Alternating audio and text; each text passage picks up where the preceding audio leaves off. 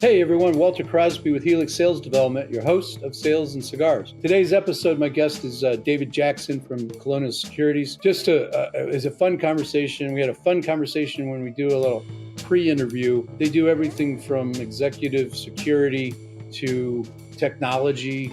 They really put together security programs for institutions and large companies and a variety of things. So it's an interesting conversation, but it's really focused on sales. And we talk about some of the things that David's proud of, some of the things he's accomplished. And a lot of it has to do with culture on your sales team, creating that leadership, and then that process and that methodology that he's instilled and he's been using for decades that's allowed his teams to grow. He's on a growth trajectory that is astronomical. So go grab a cigar, grab a cocktail, strap in for another impactful episode of Sales and Cigars.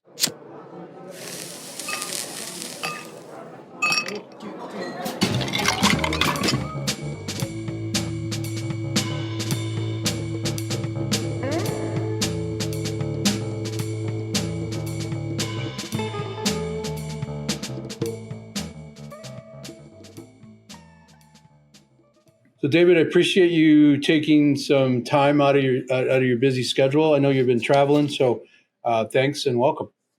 Oh, thank you very much for having me. Excited to be aboard. Been watching your series now for a little while, and was excited to be chosen to come on. Well, we had a fun conversation prior to. I try to keep those to like a 15-minute, and I don't know. I think we talked for like 45 minutes. So. I think so too. Yes, it's fun. So let's just jump right in. I kind of like to get a feel. It actually helps my listeners. I've had a couple of them say it's a really good question to start because it kind of gives us something to how the guest is thinking, gives them a little insight. So, is there a book that you gravitate to, you gift, or that you really recommend people should read? Oh my gosh. It all depends upon who I'm recommending it to and why. But listen, if I've got my sales hat on, I am through and through 100% Steve Schiffman, and it is all about cold calling techniques that really work. That book to me is a tremendous asset for any brand new sales rep or even anybody who's got some experience in them. While the world has changed, the concept, the process, the vision of what you need to do to actually get through and speak to somebody, and then how to overcome that once you're there, I think it's second to none. It really is. Really just it hits the nail on the head. If I'm talking to somebody who's more managerial, more into that kind of a space, right? Or maybe it's somebody who's come to me and say, "Hey, Dave, I'm really struggling in my world, right, on whatever it is," because I do work with some individuals to help them through their day to day. It's Maxwell all day long, right? 360 Manager, it's all those kinds of books by Maxwell. I just pick and choose. Doesn't really matter which one. Just choose one. It doesn't. They all have a specific topic. They all get to the point. They all give you value real fast. Yes. And you're not going to go wrong reading that. And I think the thing that interests me is that when I talk to like a CEO or a visionary, somebody that's leading the team, if they're not reading or listening to books, right, because Audible's become a real thing when we're sitting in a car or on an airplane.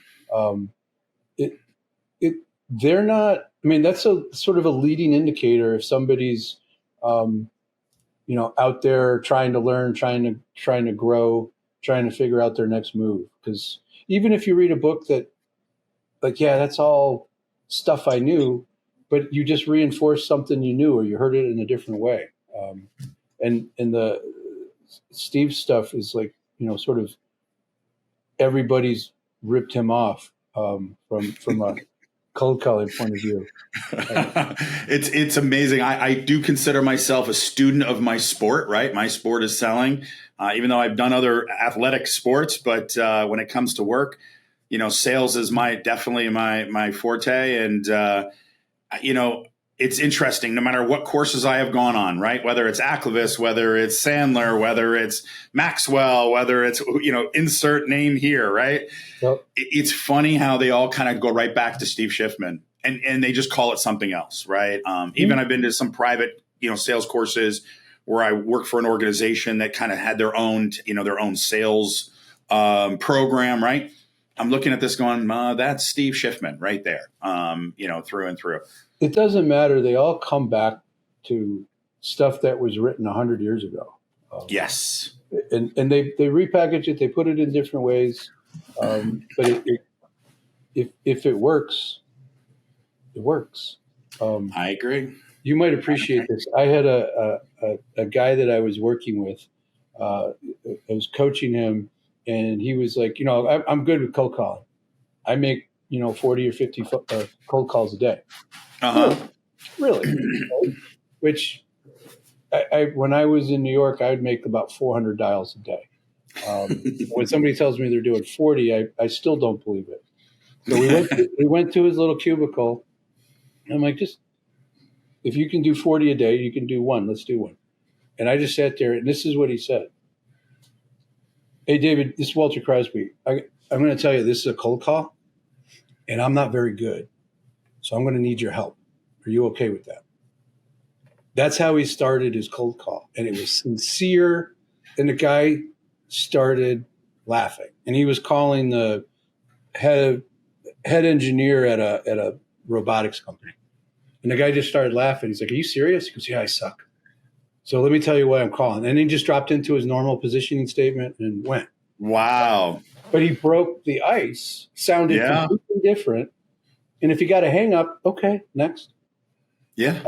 I just thought that was the ballsiest thing that I've heard. It's so interesting. So I had a rep, and I actually stole from him. I've done it many times myself, and it's similar but different, right? It's that thought process of his name was Tim, and he worked for me out of Connecticut, and highly intelligent individual.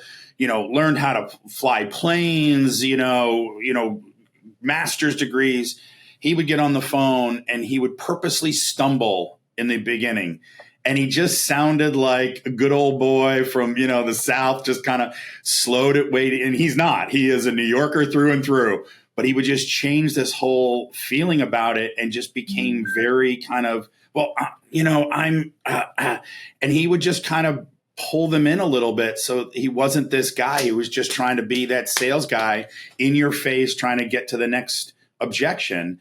And it worked. And I use it quite a bit, actually. I'll be on a phone call with somebody, and I think it just takes away the tension, to your person that you were working with. I love that thought process. I might actually steal it and use it as my own. So thank you, whoever that was.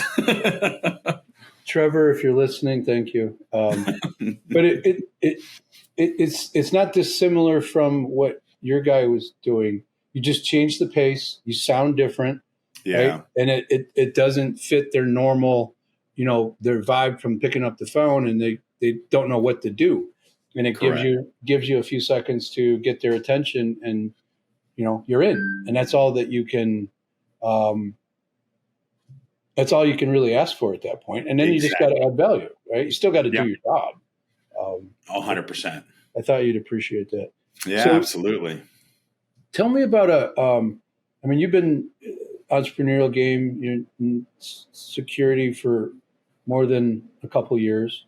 Yep. So talk to me a little bit about a situation where you might have thought you were failing or failed and turned it around into some success. Every entrepreneur I've run into has had some sort of thought they screwed something up, but they learned from it and picked it up and made millions out of that. So. Yeah, well, listen, it's the last part, right, where I make millions out of it. I'm still waiting for that part, but no, it's,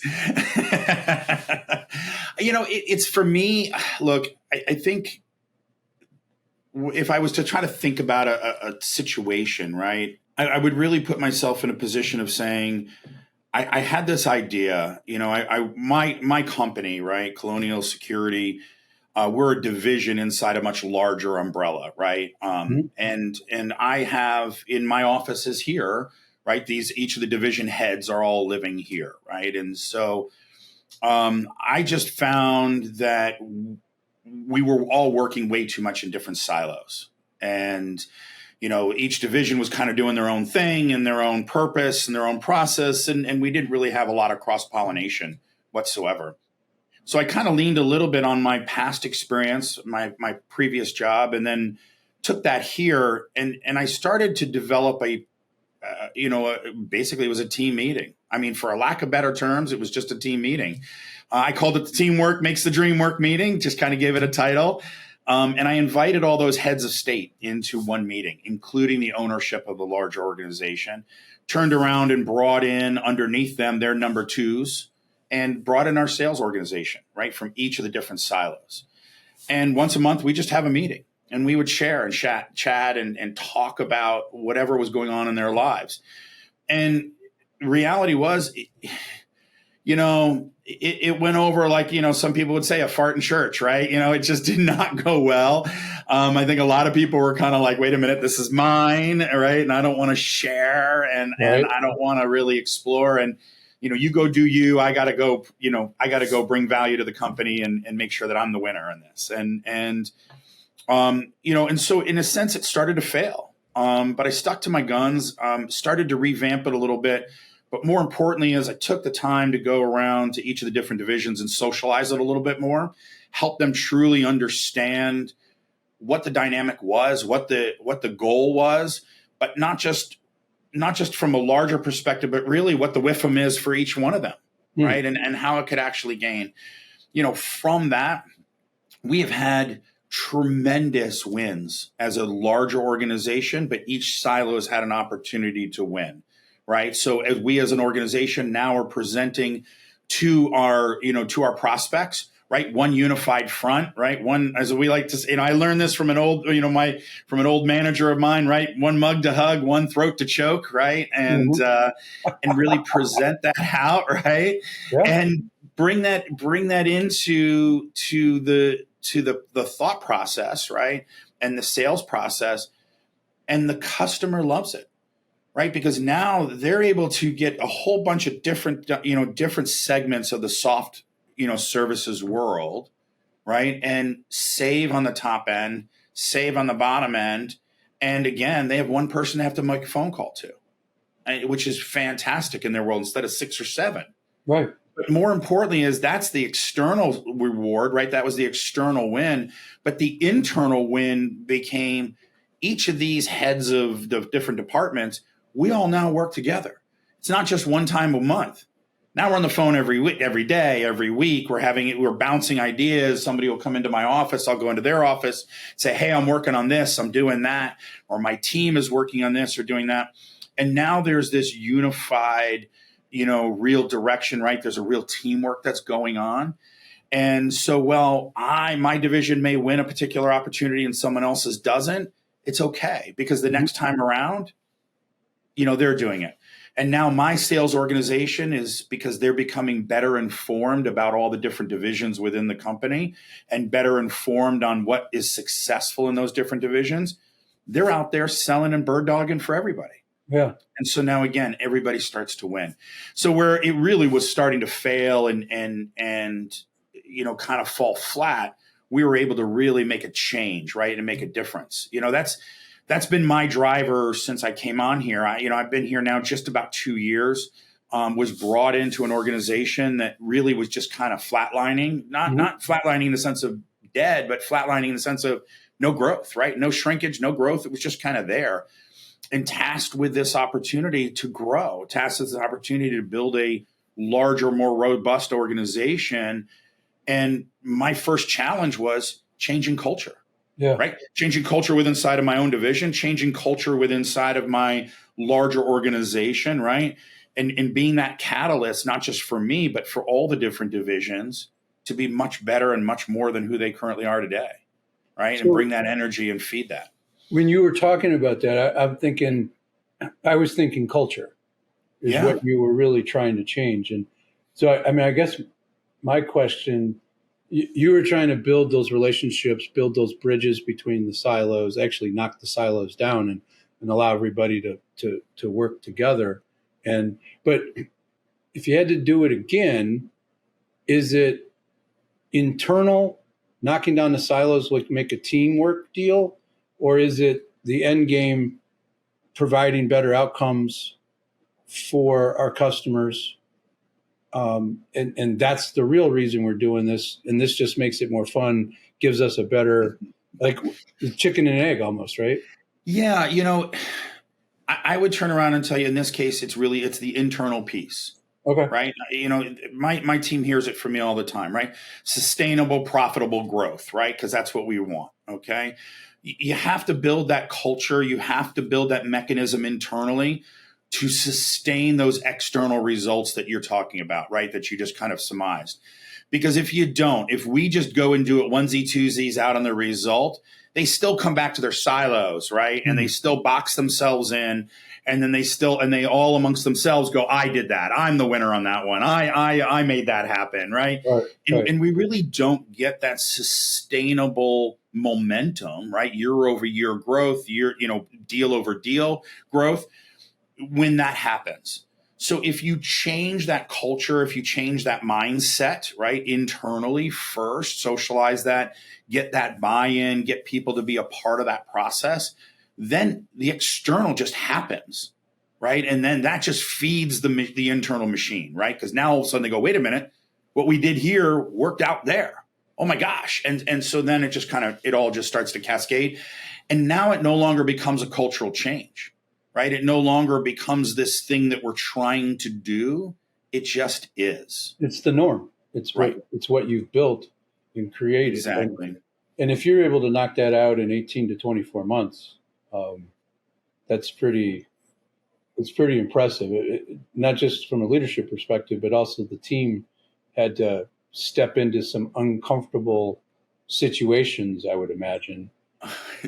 Yeah, it's changing 50 years of, the organization's been here for 50 years, right? Or plus actually. So it's changing 50 years of mindset, right? Yeah. And really kind of building on that.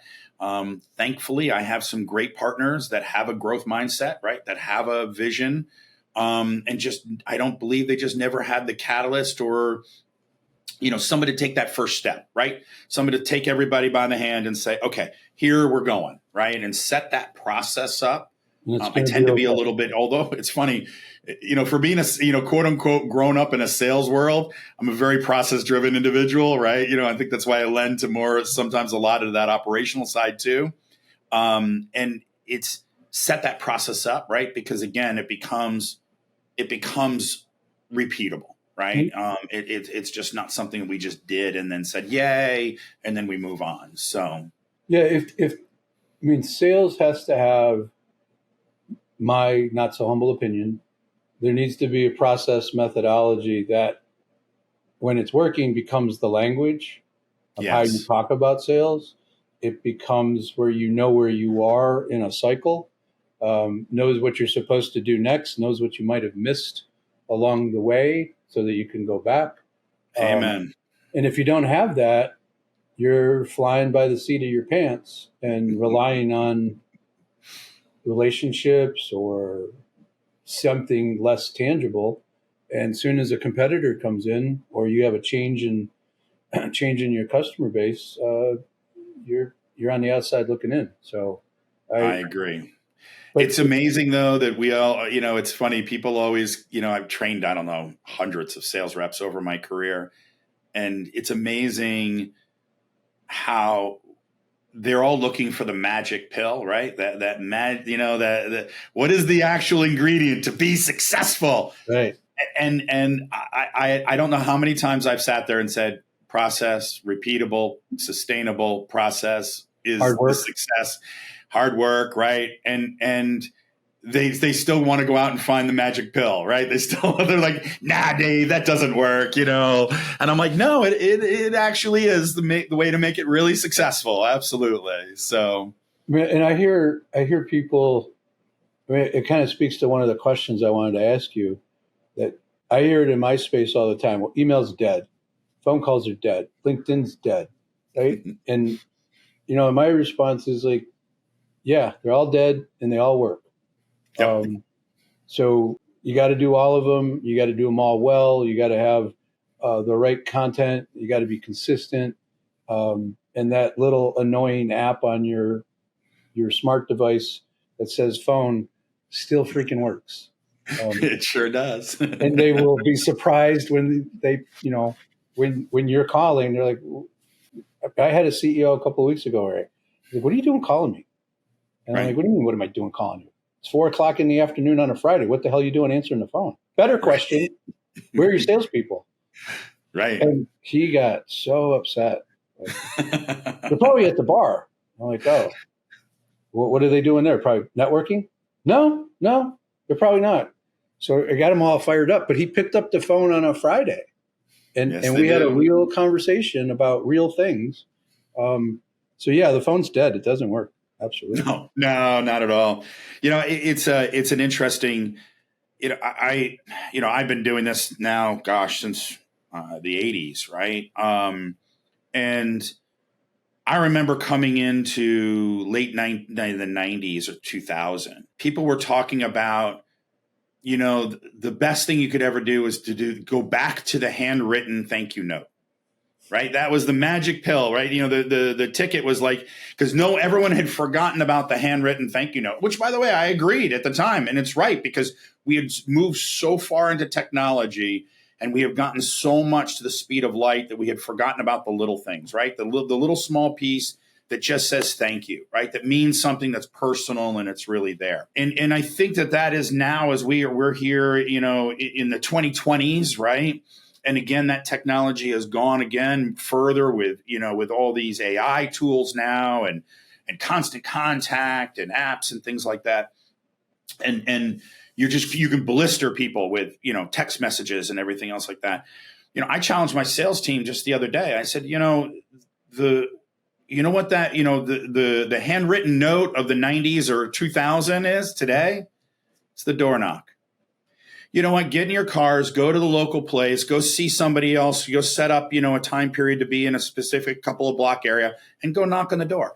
And even if you're not going to go see the decision maker, you know what? There's so much valuable information. There's so much level of a connection so that when you do make that phone call and you speak to the CEO on a Friday, you can say, I've been in your building. I know who you are. I know what you're about. And that level of connection, I think, drives again to building those relationships, right? But it also leads to a sustainable, repeatable process where you're in there and you're knocking on doors, you're making connections, you're making those phone calls or emails that are personal and specific, right? And it yields results at the end of the day. And all that is old school, but it works Because we're human.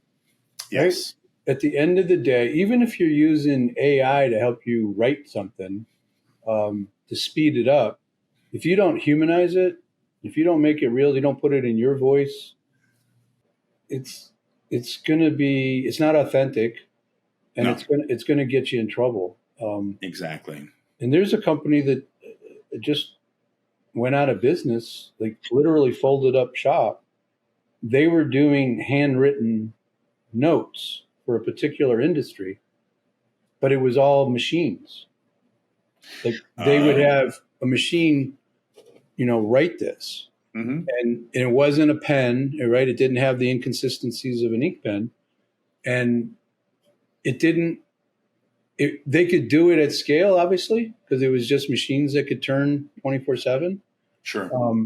But there was that piece missing where, you're writing something and you don't have the full length and you got to start on the next line. And it looks a little weird, but that's real. Sure. And I still have cards that I send out. I don't do it every day, but there's a moments like I should send him a note, like see how he's doing about something. Exactly. And you could just as easily send an email, but I don't know. I like getting those little notes or little cards in the mail. I don't hold on to them and put them in a scrapbook or anything, but it's like that's another touch, and it's a real human thing. So, I mean, you've done a lot of things. We had a cool conversation about horses and security in our pre-call. Yes. That was And awesome. Basil Hayden too. So let's not forget about that. Yeah, that's a pretty impressive gig. But I mean, what are you most proud of, like in terms of your results? Because you've had a lot of success. Oh yeah. Um, is there something that stands out? I know you're not done. Don't like, Yeah. Yeah. Far from it. but is there something that you're particularly proud of that you can share that You doesn't know, get you in trouble? no, listen, I would, which comes to mind only because I'm looking at my camera and I can see it straight behind me is the picture behind me of the team that's there. And it was from an organization. I'm sure most people have ever heard of the company called Aramark before. They actually just recently changed names. And I had a tremendous team, right? And I've, there's always those things about, the thirds, right? You always have the bottom third, the middle third, the top third of your sales team, right? And I would turn around and tell you that I managed at that point 16 individuals, and 15 out of 16 were above quota, and I had the top 3 reps in the whole country, and we hit record-breaking numbers, that the company has never seen before. And the great thing about that was, we did it in a fashion that is a lot like what we've been talking about, right? Good old school, door knocking, good old school, making phone calls, good old school, teamwork, sharing, right? Repeatable process. Culture. And it was just a tremendous kind of family feel, but working for a very large organization. At the time, Aramark was and still is massive. And we just had tremendous success, and we walked into the next year and did it all over again. But you built something that was real legit on a strong foundation, right? Yeah. And you watched everybody elevate because, and I bet, I mean, tell me if I'm wrong, but that kind of organization, your sales meetings, your sales rooms at the beginning of the month when you're looking at the revenue from last month, and the top 3 guys are going back and forth, the top 3 people are going back and forth, and it's like a big Italian family, right? They're talking shit to each other, but nobody else can talk shit. Absolutely. Yeah. Listen, we can do it inside our circle, but everybody else. Yeah, absolutely. And we had out of those 16 people, I'm just trying to think I hired in 10 at the beginning of the first year, and we still were able to just absolutely just have tremendous success. And again, I attribute those people who were my tenured reps that were with me. They didn't have too big of an ego, right? To not share, to not help, to not elevate those around us. And we just all bought in, right? To that process. It's like the 76ers, right? Trust the process, right? We kind of do it, and I would turn around and tell you, I think the thing that will probably get me in the most trouble in this conversation and call is that I probably don't say enough about everybody else that I've worked with in my past. But I do have to say that team was absolutely tremendous. But the one that I'm working with today, and I'm not saying that out of, hey, I gotta throw a little extra something onto them. But I'm going to turn around and tell you, I came into this team here, very small company. They had been doing what they did. We started to instill this methodology and process and culture. And I brought in certain key individuals in my number 2 spot and some of my area managers and an elite sales lead who understood what that vision was. And instead of turning around and saying, okay, Dave, I love your vision, but I'm going to only do 70% of it and the other 30 is going to be me, they all went in for the 100%, right? And because of that, we have done things in this company that the ownership has never seen in 50 years. And when I look into 2024, I already know that I'm going to close to double my number again. Awesome. I'm at 2 years, I'm 300% over my number year over year in 2 years. Amazing. And I'm gonna double that again in 2024. And if I do a long range search, I'm probably going to double again in 25. So you're going to need to clear a little space off your credenza back there for another picture of the team. I think so. I'm going to have another picture in there. Absolutely. Or make sure I add it to the wall behind me here. So yes. So let's, as we wrap things up, tell me a little bit about I mean, we've got a diverse audience, and there's weird people all over the place listening to this, and I don't understand it. But talk like who's your ideal client? Like if somebody's listening, like how do they know they should pick up the phone and call you because they need some help? Or besides from the guy that owns the thoroughbreds that are worth millions of dollars. Yes, listen, I love doing executive protection for thoroughbreds. It is a fun job actually, and very interesting. You know what? I would turn around and say this, and this is one of the messaging and one of the go-to kind of market strategies for us, right? And not to give away the secret sauce, but I think it's a reality. When you're looking in the security industry, right? For a larger scale piece of business or larger scale of what's going on out there, too many people look at security industry and security companies as staffing agencies, right? Just find me a body, make sure that it meets the credentials, and get them into their post.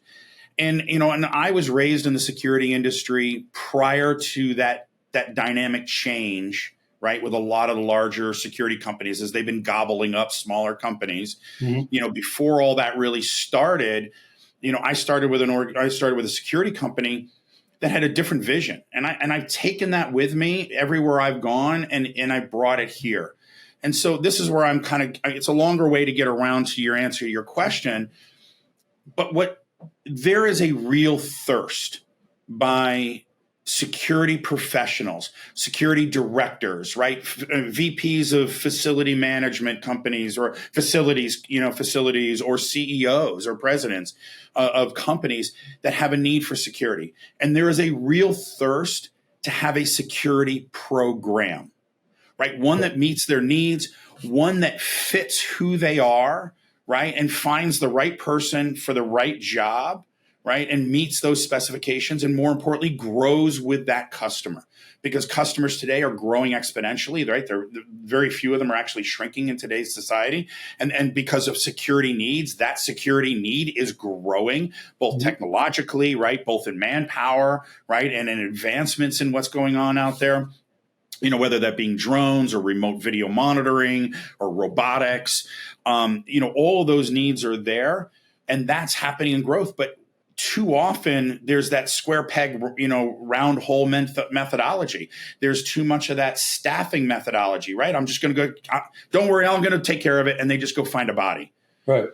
At Colonial Security, we don't do that, right? We truly sit down with the customer.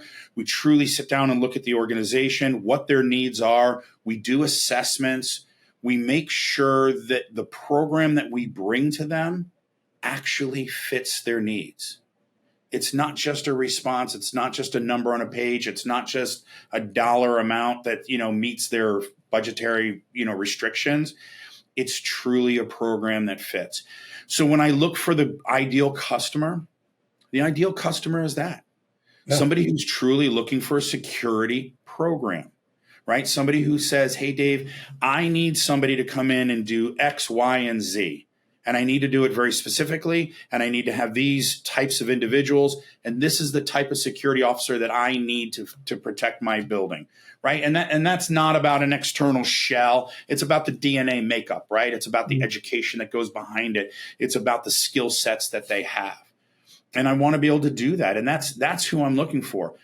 Those fall in all types of vertical buckets, whether that's healthcare, commercial real estate, logistics, high-rise residential or residential communities, higher education. Every one of those have unique needs that are constantly changing. They probably haven't thought about things that they should think about. So you're going to bring them experience and ask a lot of why that and how are you covering this, and you're going to help try to find a solution that meets their needs today and will be flexible enough to grow with them in the future. Absolutely right. Not just a body to check a box, right?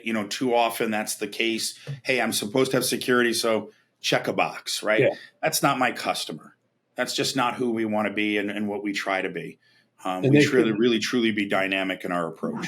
And they can reach out to you through website. What's the best way to reach out to the company? Well, yeah. So, listen, I have a website, www.colonialsecurityservices.com. right? You can reach me on LinkedIn. I'm David Z Jackson. Just make sure you put that middle initial in there, because I think there's a bunch of other Davids that are out there, right? Couple. Colonial Security Services. You could do the simple Google search, or you can email me. I'm D Jackson at colonialsecurityservices.com, and reach out to me directly. Be more than happy to share and talk with you and see what your needs are. And we can try to move forward. I currently do work in 33 different states. I'll be in all 50 by the end of 24. So let me know what I can do to help you out. You're going to be frequent flyer, diamond, whatever status that you get at the end of 24. Yes, that's my goal. Walter, it has nothing to do with anything else. I just want that black card. That's all I want, million mile club. Awesome. That's right. So we'll have all of those deets in the show notes for people to reach out. So and I think if somebody's serious about a program that's going to solve problems and, more importantly, prevent problems, you're a guy that they should reach out to. Last question, David. Yes. Past or present relationship with cigars? Oh, you know what? Neither. Been an athlete all my life. Still try to compete today. It's the one thing, I will partake in a bourbon, definitely. Love a great vodka soda. It's definitely my go-to drink. But cigars, I just don't. It's always been one of those things of I've been a wrestler all my life. You probably see something back here on my pictures of it. So lungs for me is everything. You know what I mean? So I've just never done that. But it's a question I ask everybody, and I get the athlete, and which is different than health, I think, right? Because there's a particular purpose, and you're not going to do something to jeopardize that ability to do. Like, are you still throwing down on a mat? Is that something you still do? I do. Every now and then I'll try to get into a tournament and go, but I definitely practice as much as I can. I was coaching up until COVID, and then COVID kind of made everything a little bit wonky, but I'm definitely looking to try to do something and get back on the mat with in a coaching role. Yeah, that was the one room in high school that it was a weird room, the wrestling room. And I remember I was it was sort of like a similar experience with rugby. The little guy doing 118, 120 something in that spot. Yeah. Turned me into a pretzel. And he didn't hurt me on purpose. No. But he could have. And I mad respect for that, because I didn't smell great, that room. It's definitely acquired taste, Walter. It's definitely one, Yeah. So. But a lot of respect for the sport, because they have to have that, the strength, the endurance aspect of it, and then you throw in like flexibility, and then just being able to anticipate the next move or two moves down, and having a plan when you enter that little circle or however that, whatever style you're doing it. If you don't have a plan, you're going to end up like I was, turned into a pretzel by a little shit. Absolutely. I'm always, again, it's a sport that's very near and dear to my heart, of course. Right. I've been coaching it a long, long time, but I will tell you what, the sheer dedication, focus, drive, both mentally, emotionally, educationally, to do that sport. Listen, I played football, I played baseball, both in high school, I played baseball a little bit in college. To me, wrestling has always just demanded so much more. Not to diminish those other sports by any means. Please don't take it that way. That's not where I'm heading with it. It's just wrestling just has this whole extra gear to it. And it's just this tremendous individual that comes out of that sport. If you've done it and if you've really competed and really focused on it, there's just some amazing individuals. And through my career, If I see that on the bottom of the resume, I'm generally like, yeah, that's the guy. I'm hiring that one. There's a little, I mean, beyond the competition that a normal athlete would have, we had two wrestlers in my high school that were the best athletes. The one, I mean, he was a little crazy. He would have played football without pads, right? That's where he was at. He went to states all 4 years of high school, and lost in the final. Wow! Not because he wasn't the best wrestler, because he took a guy up and then dropped him before he dropped his knee. Yeah, every time he just lost the discipline. Yeah, but the guy didn't have a chance, and he won. He was unconscious. But I mean, twice. I remember watching the matches, and he lost. He was the only one standing. The other guy was like, they're trying to pick him up and raise his hand, to run, but he was out cold. Wow. So, anyway. Wow. All right. Yeah. It's impressive. It's a tough sport that requires I think the other thing is discipline. That really, to get to that level, you got to stay focused and be disciplined. So. Yeah. All right, man. I appreciate this. This was as fun as I thought it was going to be.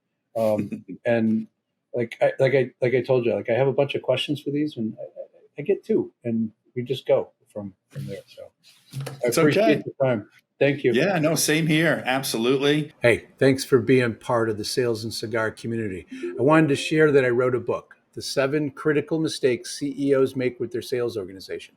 The CEOs who've read it tell me I cut to the chase quickly, get to the point, explain exactly what they're experiencing, why they're experiencing it, and how to fix it. So if you want a free copy, go check out the link in the show notes.